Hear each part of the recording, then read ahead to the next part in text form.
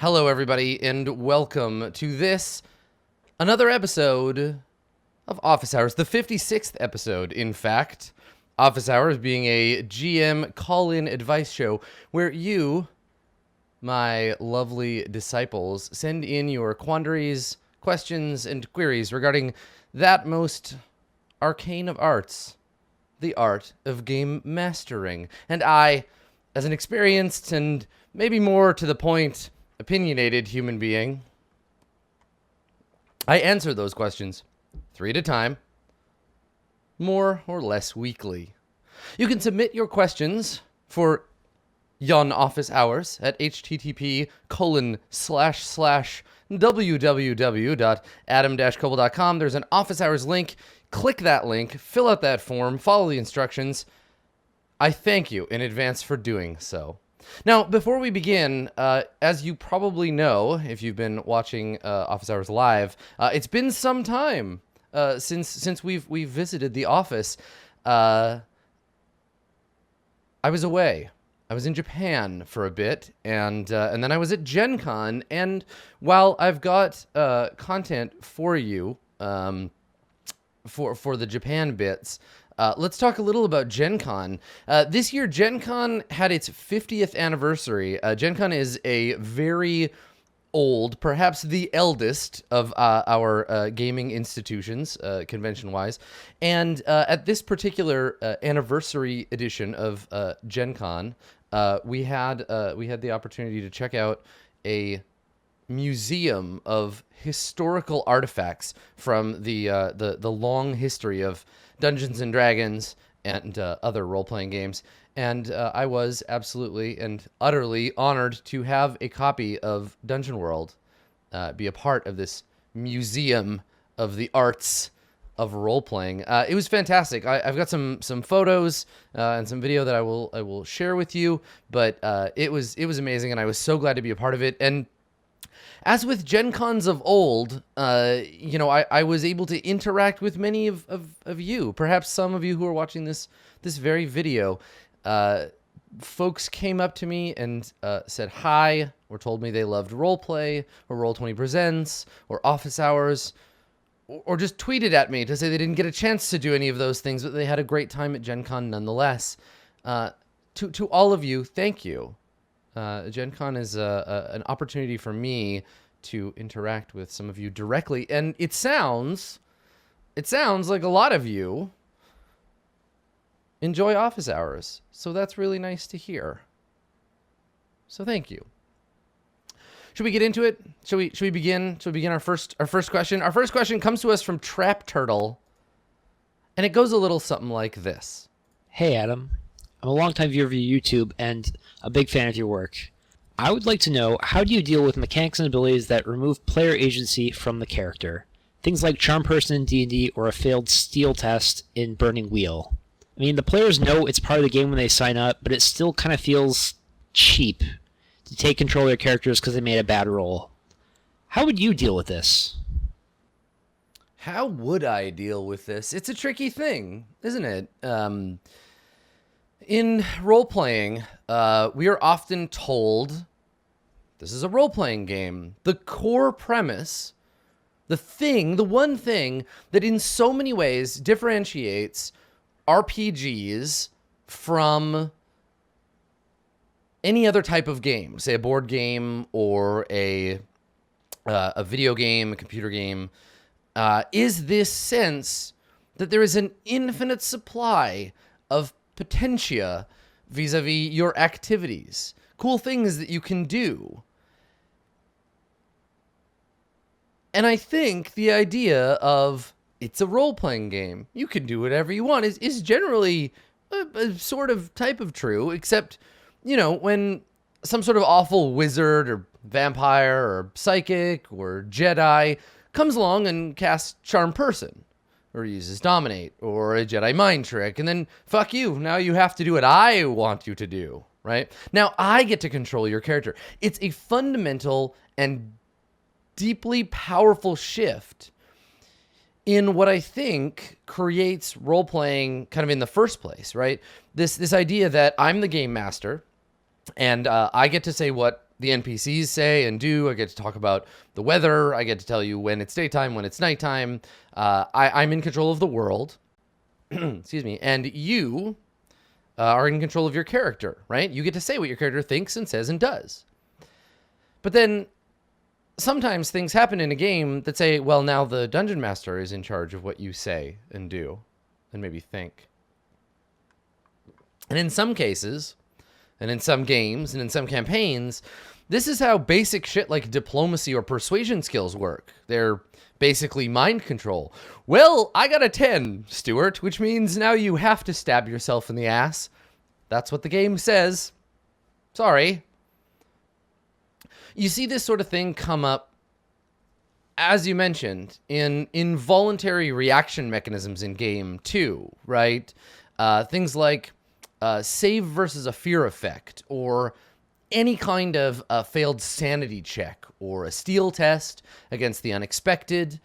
Some characters in games, like in Vampire, you have to react a certain way to, say, fire. The tension of agency has long been a part of the mechanisms of more narratively focused games, but in games like D&D, where our guy is our guy, and fuck you if you say I do something I don't want to do, it can feel like a cheap shot bypassing that in the game. Now, I think a purpose, not the purpose necessarily, of RPG rules is to mitigate the conflict of two narrative desires, right? The intersection of I stab you and no, you don't, right? The rule's job is to give us a framework when we can determine the success of the impending stabbing, right? So what, to you, is the difference between these two interactions? Stuart, I kill you with my sword. No, you don't. I made my death save. Versus, Stuart, stab yourself in the face. No, I don't want to. I made my wisdom save. I think there is something deep and powerful at play here that might transcend the narrative. And I think that it's what you, Trap Turtle, astutely pointed out as being about agency. We don't often think about being stabbed as a removal of agency, but stabbing ourselves in the face or ass definitely is a removal of agency, and we can feel it, right? Because Charm Person is a fucking disgusting spell. Perhaps the most disgusting spell, right? Yes, we have magic that can roast your flesh and spells that'll make you drop dead instantly, but like, Jesus, there isn't much creepier to me than a spell that can make someone instantly and suddenly think that you're their best friend, right? Use of a spell like that is what makes our PCs less Gandalf and more Jafar, right? Charm Person is some grade A evil vizier bullshit. And so there's this real life element of Charm Person or Dominate or whatever as being supremely cruel and kind of fucked up, because it is, right? If we did this in real life, you know, it would be supremely highly coveted as an ability, because it's possibly the most disgusting magic that there is. I think that when we sit down to play D&D, right, modern versions of Dungeons and Dragons, we have to make some assumptions about play, right? We have to make an assumption that we are going to be making characters, investing time and energy into their creation and characterization, that these characters are going to matter to us, right? So in modern Dungeons and Dragons, our characters are important to us, right? Two, we're going to be responsible for the actions of those characters. It's sort of a given in D&D that we get to say what they do and what tasks they attempt. And then the rules are going to say whether we're successful at those tasks. And in doing so, in engaging with this process, we might lose our characters if we are insufficiently skilled, lucky, or careful. So an effect that steals away character agency is especially weird or frightening because it circumvents those assumptions. Suddenly, we are not the ones who get to say what we do or say anymore. Suddenly, we are getting put into situations we didn't agree to be put into, right? We get to decide if we go into the dungeon. We get to decide if we engage the ogres in battle. When Charm Person happens, we stop being allowed to make those decisions. So the idea we might lose our character, because that's the ultimate threat in a game like Dungeons & Dragons, the idea that we might lose our character feels especially upsetting, but because we're helpless to say no to the situation that caused that loss. Now, most of the time, this shit feels particularly jarring because what we expect to be inviolable in games, right, that which we get to say and do, is just assumed for most RPGs, though not all. Certainly not all of them. There are a few games that I can think of off the top of my head, and several more, I'm sure, in existence, that don't make that assumption, right? There are games in which we play something closer to guides or passengers for the characters we portray, and for which the struggle between our desires and the desires of the narrative might be a tension point that we work with or around. I'm thinking comparison-wise, there are games that play less like Mass Effect and more like The Last of Us, right? So, for example, in Pendragon, we have characters with their own moral compass. Characters that we might have to struggle with. Our character might be cowardly when we need them to be brave. They might be chaste when what we really need is to be able to flirt with the princess. In Mouse Guard, failing a role means we turn narrative control over to the GM, who can say things like, well, your character does this thing, and we don't get to countermand that. In Monster Hearts, we get to say how we react to being turned on, but not what turns us on. And in fact, the idea of agency and non-agency in terms of your internal emotional reaction to stuff is a huge part of the premise of that game. And I think the thing that makes these okay is that the game acknowledges them in advance. So if you particularly, as a GM or as a player, feel like this mind control shit is uncomfortable, and that you think it might come up in the game, you can bring it up before you play and let players know that it exists mechanically or fictionally. You can say, listen, there's mind control stuff in this game. I would talk about it if I played, say, Vampire, for example. Like, characters in this game may be subject to a loss of agency as a result of someone else's abilities. You can, I guess, as a game master, use those abilities sparingly, or not at all, or just bar them from your campaign altogether. And this is okay, right? This falls under the auspices of please don't include body horror, or please don't include spiders, or please don't include sexual assault in this game, right? These are things that might upset your players, might make gaming unsafe for them. And for some people, having their agency stripped away and being forced to do things they might not want to do, because generally, if someone is dominating or charm personing you or Jedi mind tricking you, they're making you do things you wouldn't otherwise want to do. So bring that up, because they might want to just X-card that shit from the get-go. And that's okay, you can do that. If you're playing a game of Pendragon where the loss of control might not be adversarial, but might be unexpected, you can assume that they're going to read the rules, and they're going to know about it. But you might want to mention it if you're the most experienced one with the game. As far as the sort of soft mind control that sometimes comes up with things like persuasion, if the game that you're playing doesn't have mechanisms for it, like seduce or manipulate or duel of wits, you can do what I've seen a lot of GMs do of late and just ask. Right? I learned this trick from Sean Nittner. Now, I don't know if he originated it, but this is where I learned it. If one character wants to convince another character of something, and this is mundanely, right, using persuasion or whatever, ask the person being convinced if it's possible to do so using words. To say, would it be possible for me to form an argument that would convince you of this thing? And if they say yes, awesome, go for it. Make the roll, right? If they say, I mean, yes, it's possible. You could roll. Let's see how convincing your character is.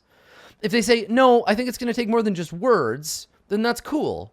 The player will have to try another way. Maybe violence. Probably violence. The idea here is that there's a choice to be made. And we have to trust our fellow players to make that choice in good faith, right? Not just being a dick to get what they want. Not just saying no to everything. Like, no, it's impossible. You can't talk me into this, right? Think about it. Think about what your character is thinking and feeling. Embrace that agency, the agency to say no. The ability to say no is the most powerful ability any person has. And we don't want to take that away from them, right? Unless they've agreed that that's part of the game. If you're playing Pendragon, if you're playing Call of Cthulhu, if you're playing a game in which that is a thing, we've all kind of agreed that we're going to give up our abilities to say no in some circumstances, unless we don't want to, in which case you have to bring that up. Maybe Vampire is not the game for you if these things are as squicky, out of character as you feel like they are in. Personally, I kind of love the idea of playing a character that has to cope with being mind control, right? Being manipulated mentally into doing things they don't want to do. There's an amazing arc in X-Men, and a semi-recent X-Men comic, whereby, I'm going to just comic hit you with something for a minute here, but it's an interesting mind control arc in my mind. My brain always goes to it when I think about mind control in RPGs, okay? So, in the X-Men, there was a time in which the Iceman. There was a time in which Iceman was struggling with unlocking the full breadth of his power. Right, Iceman could do some cool stuff with his power. He could make ice bridges and freeze people and stuff, but he wasn't really having any success with his training. Right, he was trying really hard. The White Queen, who is an incredibly powerful and very manipulative and kind of evil most of the time psychic, was like, fine, you lazy shit. I'm going to take control of your mind, and I'm going to use your powers better than you can. And she did. She dove into his mind and like ripped out all the cool ice powers and did things that he could never have imagined doing himself. Then she let control of him go, and he couldn't do it. Right? And so the whole arc that followed was about Iceman struggling with the fact that his body, his mutant powers were capable of these Olympian heights, but that mentally he just couldn't get over it. And so that's the kind of story that I think is super cool, right? That it was like delving into someone's psyche and bypassing themselves. I thought it was really fantastic. So there's this whole idea that it could be cool, it could be interesting, it could create lots of interesting stuff for your character, but you have to be willing to be Iceman in that moment where someone else is in control of you, being a better or different version of you than you think of yourself. So I guess my answer to the whole question fundamentally is that, yeah, mind control is pretty squicky shit, and I tend to only use it to illustrate that the person doing the controlling is a real fucker, right? Like a Cambion making you kill your party. Right? Mind control is not something that nice people do. It's not good. Taking away people's agency sucks. Right? It ought to feel a little gross. Some players may straight up just not be okay with that kind of stuff in their games, and that's okay. Just X-card that shit, move on, discuss it more after the session. And don't be mean or shitty about it, right? Make sure that everybody knows the stakes going in, and then just, play by the rules of the game.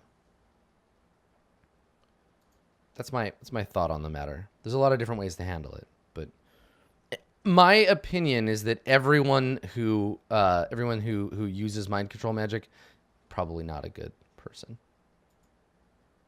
What's your opinion on railroading versus free range campaigns? Well, all right. Let's get some terminology straightened out before we get into this question. This very brief question. So, all right. Setting, capital S setting, is the place, situation, and characters that make up the backdrop of your campaign. It's the time and the place, as well as the, like, currently happening stuff they're in. Okay? So, setting. All the stuff going on in the backdrop of the campaign. Narrative is the thing that we are all imagining and contributing to with our descriptions as we play. As we describe our characters' words and actions, the GM describes the effect that those have on the world and its reaction. So, setting, place, situation, characters, narrative, imaginary, ongoing description of shit. Third thing, story is the byproduct of narrative taking place in the setting. Story is a thing that comes after play, but not during it, wherein we look back in the past tense and are able to perceive a clear plot, elements strung together in an order in which we can understand them, right? The characters enter the dungeon. The characters fought some goblins. The characters killed the goblins. The characters felt bad about killing the goblins. The characters left the dungeon. The characters went back to town. The characters killed some people in town. The characters felt bad about killing people in town. We ended the session. That story is something you can only tell after the fact. There is no story in play. So when a GM is preparing a campaign, they can only influence one of those three things without violating the others. The only thing the GM is really able to prepare for is setting, right? You prep setting, locations, characters, and events that are present in the game, the catalyst for adventure or intrigue or whatever else makes up the framework of the game's narrative. A GM who attempts to build a story first, then construct a setting, and then violently force the narrative to fit into those things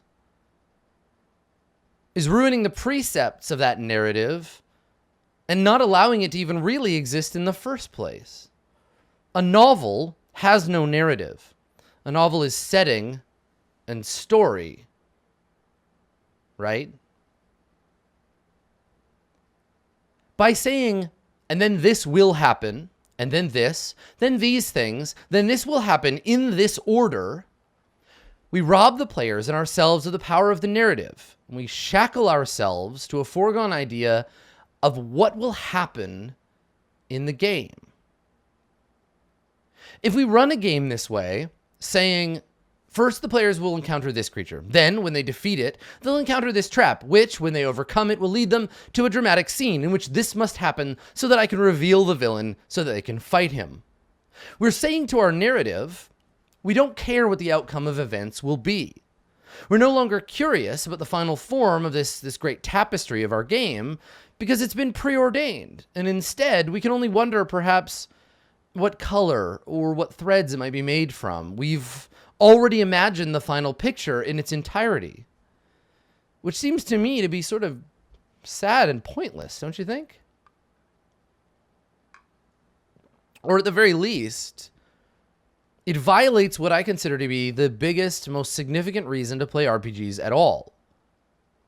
Synthesis. I play role-playing games to see what will come of a table full of creative people, guided by rules and structure, pouring their energy into an improvised work. If I wanted to subject my friends to a choose-your-own-adventure novel, I would write one, and I wouldn't play role-playing games. I suppose that if I want to be real about how all of this stuff feels, I think that a railroad-style campaign in which all events are presupposed one after another feels to me like a grave injustice and is barely role-playing at all. I love going to the movies. I love reading graphic novels. I love books. I don't love foregone conclusions in my role-playing games. If you're trying to tell me a story in an RPG, I'm not going to play with you. anymore. That's not what makes RPGs so exciting. Now, it's not to say that constraint and structure aren't both possible and helpful in some cases, okay? So in Mouse Guard, I'm going to use the same examples as the last question. In Mouse Guard, having a structured understanding of what events might lead to what following events can be remarkably useful. But one has to be ready to throw a wrench into the flowchart when the players decide on a clever or innovative strategy. It's merely a guide to momentum, not a straitjacket, right? In Pendragon, the world marches on, whatever the PCs do. Events will unfold in some very specific ways at very specific times, but that element of play is something that players have bought into from the start. There is no game of Pendragon wherein it is possible, provided you're playing the Great Pendragon campaign, which I believe is the default expression of play. There is no game of Pendragon in which you can kill baby King Arthur. There's no game of Pendragon where you can chop Merlin's head off when you meet him. And it's not only presupposed by the rules, right? Merlin is incredibly powerful, but it's also presupposed by the characters, that we all know that this is just not done. We're not playing for that reason. In Dungeons and Dragons, when we use pre-generated adventures, there are a set of things that for the sake of the overarching framework have to happen. But good adventures don't lean on this too heavily, or will give you a multitude of ways to get to a particular place or ending. If you're going to take away my free will, at least have the decency to make an effort to obfuscate it. I mean, if you think about it, the archetypal setting of role-playing, the dungeon, is in many ways a set of foregone conclusions. We have understood the players will go into the dungeon, and that those who survive will come out of the dungeon later, having explored the rooms of the dungeon in some particular order, more or less linear depending on the dungeon itself. This is why the work of Janelle Jacquez is so good. The ride upon which we are has a dozen different optional paths. This is why there are adventures described as funhouse adventures. You are choosing to go left or right, but fundamentally, you'll make your way through the funhouse to the end. Right? There are adventures that are more action castle than they are sandbox. Sorry.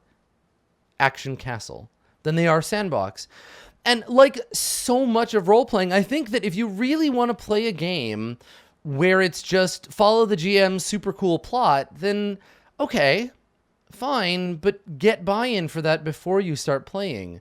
Tell your players, I have a very specific idea of how I want this game to go, and I'm going to need you to follow along. Is that okay? No, I'd never agree to that kind of thing. Unless it was, say, a one-shot or whatever. But maybe someone else might. Maybe there's a group for this. In fact, I'm sure that there is. And that's really cool. It's not for me, but it might be for you. When I GM, I hate knowing all the answers. I hate it. It really, like, it feels like dull to me. As a GM, I just want to ask interesting questions and see what happens. So even though I feel like I've sort of deconstructed the question, obviously to me, the most important, satisfying thing is the unexpected.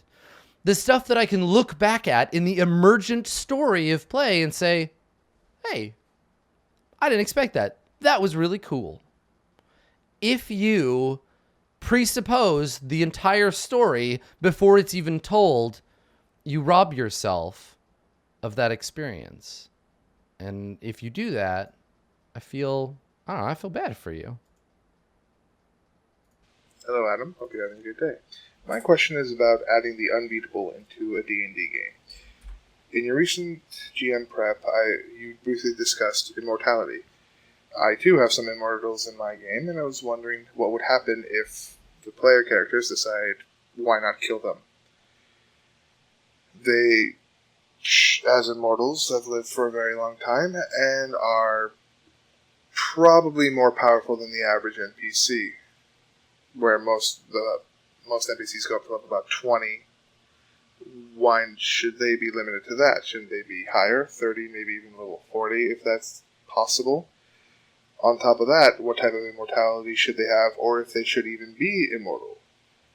If they have perfect immortality, then the NPCs will just keep flailing at them, but they'll never take damage nor suffer any ill fate. Or should they have elven immortality from Lord of the Rings? They die, but they can't die from old age. Only battle in disease.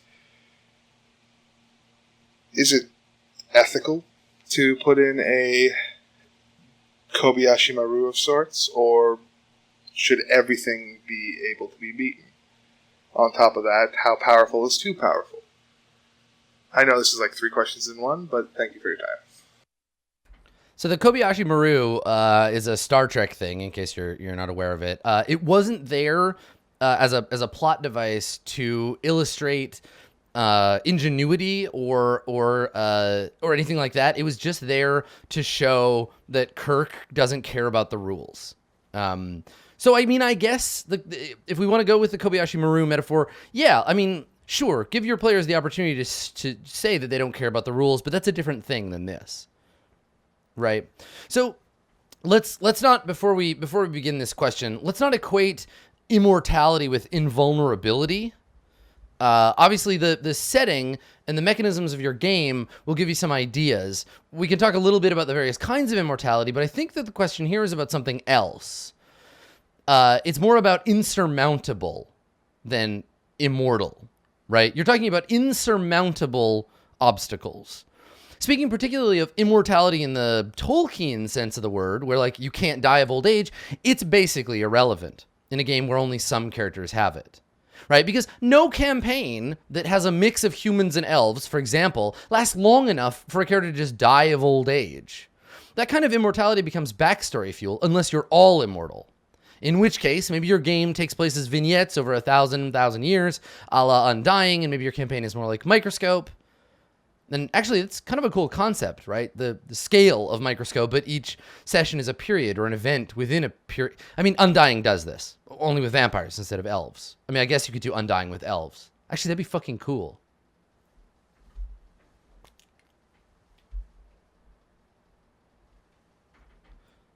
Right. So anyway, it sort of doesn't matter. And what I would do if, say, the PCs were in the position to, like, come head-to-head with the immortal rulers of the City of Brass, is that the PCs would probably just fucking murder them. Because they're ancient and immortal, and they rule the city, but they're not combatants, right? And then the bureaucracy of heaven would be like, well, fuck, and they'd probably make new rulers or cheat and reincarnate the same ones. Like, with most stuff, you kind of have to look at the specifics of this particular immortal and how that shit meshes with the overarching narrative of your world, right? The story that having an immortal tells in play.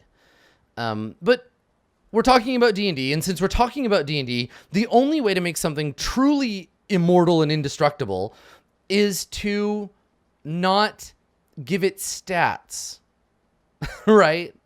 Mechanically, as long as it has no saving throws, that it has no hit points, and has no armor class, the characters can't touch it.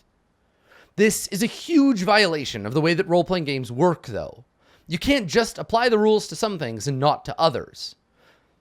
In some ways, you have to stat out your characters. And so what I think traditionally happens is they get statted up with godlike superpowers and what you perceive to be impossible stats, right? This character has 100 armor class and 5,000 hit points or whatever, 10 layer actions and whatever. But then, PCs being PCs, they're going to find a way to murder anything you put on the table. It's just what they do. Unless you straight up make these things technically killable but practically impossible, which is a form of cheating. Because you're technically using the rules, but you're violating the spirit of having the rules in the first place. It's an awkward, shitty place to be, and whether we're talking about gods in D&D or antediluvian vampires or Cthulhu himself, it's going to be difficult to work through. Once it has stats, the PCs can affect them directly and will almost certainly kill it because those are the tools they have. The rules of the game are the language we use to describe elements of play. Things have stats because that's how we understand things in the world of our narrative.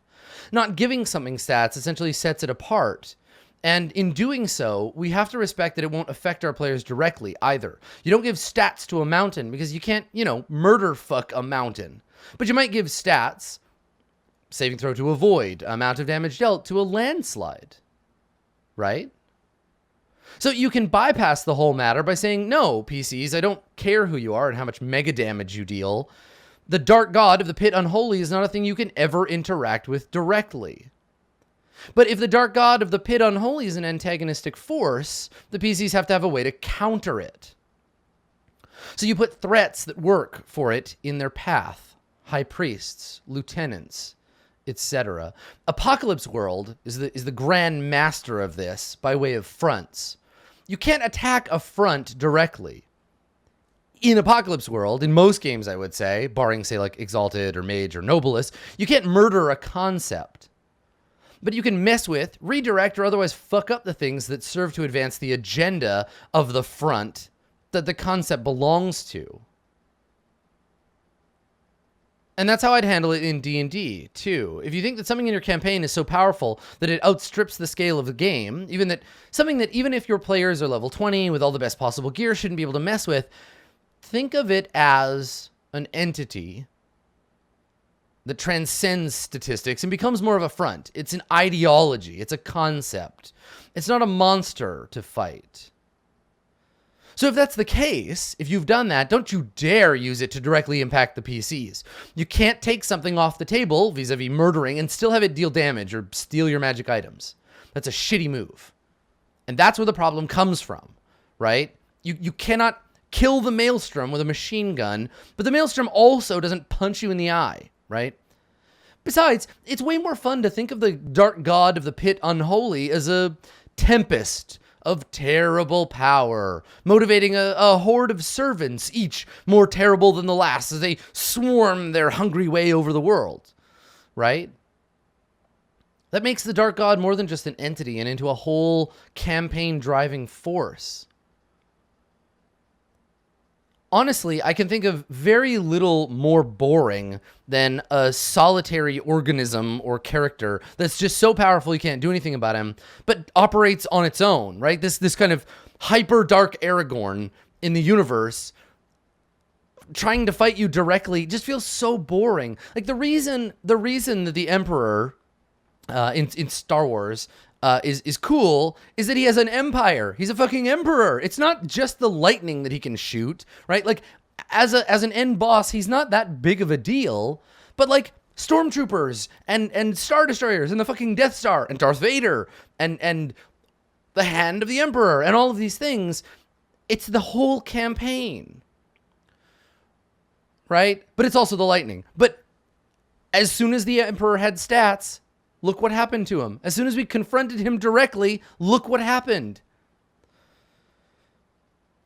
I think that we have to think about the movement of larger objects in our game, right? Servitors and plots. Not just our dark god, but the internal strife within the Church of Blood and Excrement, right? The various heresies, the influence of that church. Detail servitors. Right? Do that. Work on the things from the ground up.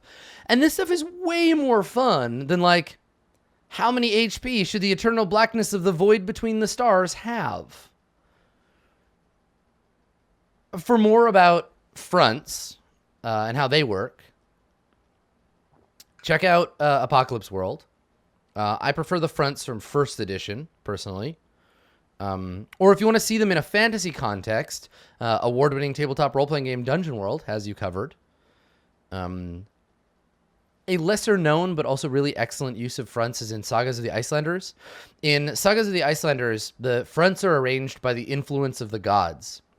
So you've got your Thor fronts, you have your Odin fronts, you have your Loki fronts, and they're all about the theme. It's not about like, I'm going to stab Loki in the eye. It's about all of the influence that Loki's type of threat has in the game, right? Like a character who is a liar or a trickster is going to fall under the influence of Loki, and you can deal with that. You can interface with that. This person exists in the game, right?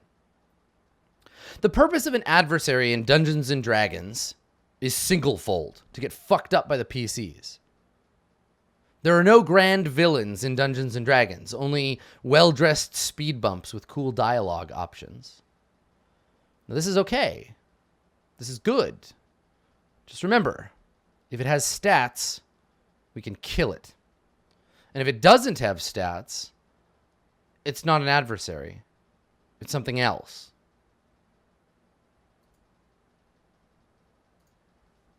This has been episode 56 of Office Hours. Thank you so much for coming. If you want to get involved, go to www.adam-koebel.com. Click on that Office Hours link and submit your question, whether it's about adversaries or about bloodletting or about your PCs being jerks. Bring me my questions. Give them to me. I hunger for them. So go and do that. And in the future, I will answer your question.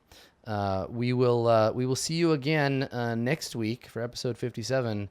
I am so glad to be back. Thank you for coming. Bye, everybody.